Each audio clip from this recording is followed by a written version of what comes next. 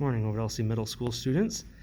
We're working with addition and subtraction of integers and rational numbers. This is our study guide and review. So I'm Mr. Woolley, and this will cover from lessons 5 through 9.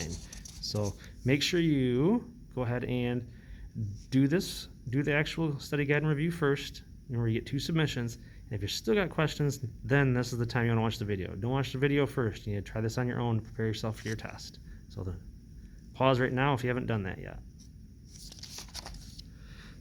All right. Number 1, you and your partner are playing an integer game. You have a 5, a -3, a 1, and a -6. Your partner has a 10, a -8, a 3, and a -4. If the score closest to 0 wins, who would win after totaling the cards?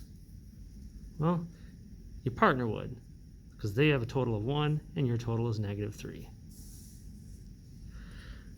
-6 minus 17, we just have to solve it. I'll turn my subtraction sign here into addition, and I'll add the opposite, -17. So -6 plus -17 gives you -23. Similar scenario here. I'm going to turn my subtraction sign into adding, and the opposite of -45 is a +45, and 28 plus 45 is 73. Question 4. An airplane flies at an altitude of 24,500 feet. A submarine dives to a depth of 600 feet below sea level. What's the difference in elevations?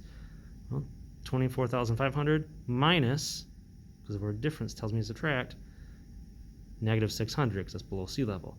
Turn subtraction into addition, add the opposite. We have 25,100. Now notice how it says use commas correctly. You should have a 25, 100, no spaces. All right, and that's the end of that page. So let's move on to question 5. And then change in temperature. The temperature rises from a -14 degrees to 8 degrees. All right, so it's went up to an 8, and I take away the -14.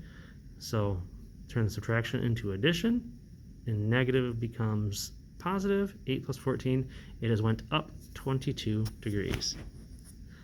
What's the change in elevation from 125 feet above sea level to 29 feet below sea level?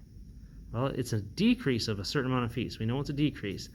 But we are at a -29. We started out at 125 feet above, so I subtract the difference between those two.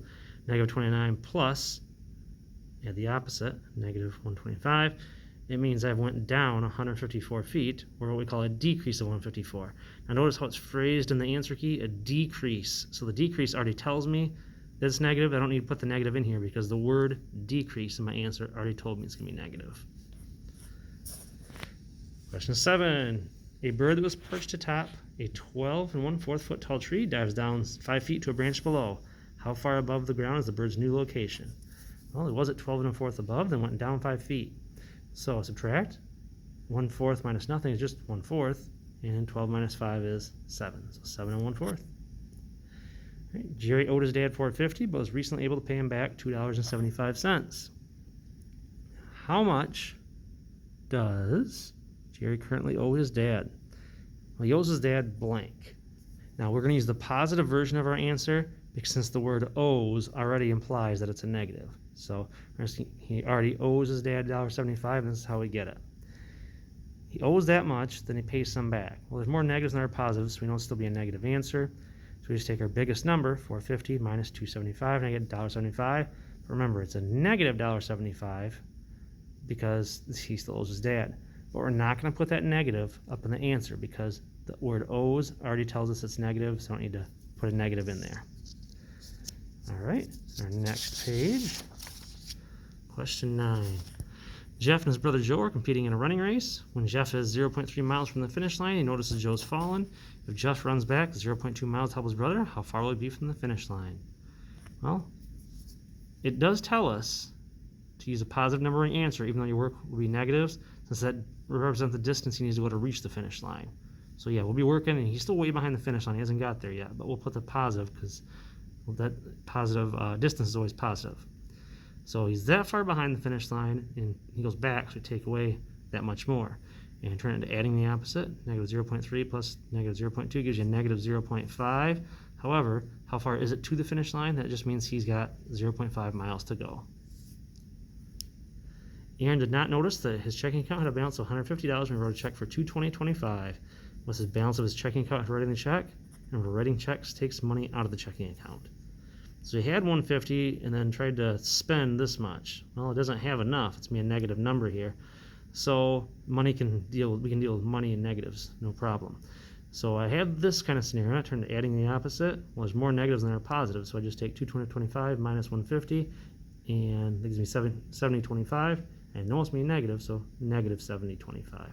So he actually owes the bank $70.25. All right, question 11. If the temperature is negative 3 degrees at 8 p.m. and it falls 8 degrees overnight, what's the resulting temperature? Well, it's a negative 3 already. Then it subtract 8 more. I turn that into adding the opposite. Negative 3 plus negative 8 gives me negative 11. It's negative 11 in the morning. All right, now, very simple problem here, but you got to remember what to do about the little negative sign outside the bracket. We solve inside the parentheses first. 8 plus a negative 9 gives me a negative 1. So I have a negative sign, and inside the parentheses I got a negative 1. Then a negative sign outside the parentheses will turn the number inside to its opposite.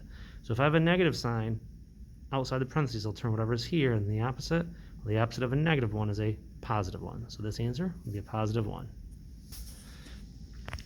All right, we're just about finished here. Question 13. Sam lost his wallet at the gas station. It had $20 in it. His sister gave him $7.75 since she felt bad for him. What's the overall change, the amount of money Sam has? Well, he lost 20 bucks, but he's gained this much back. Well, he's still in the negatives. It's a negative answer. There's more negatives than there are positives. So take just their biggest number, 20, minus 775, get 1225. But remember, we already decided it was going to be a negative answer, so it's negative 1225. So he's still down $12.25. Okay, solve here. A negative 7 plus 2 gives me a negative 5. 7 plus a negative 2 is a positive 5. So negative 5 plus a positive 5 gives you a 0. And our final problem, 65 plus a negative 23 and 4/15. Well, there's more positives than there are negatives when we're adding opposite numbers, so we know it's going to be a positive answer. Just take your biggest number, the 65, minus the smaller number. And there's no fraction to take away 4/15, so I borrow. And I get it down to 64, and the one that I took away becomes 15/15. I did that because this is already 15 for denominator, so that is a 15 for denominator. I just fill it all the way up.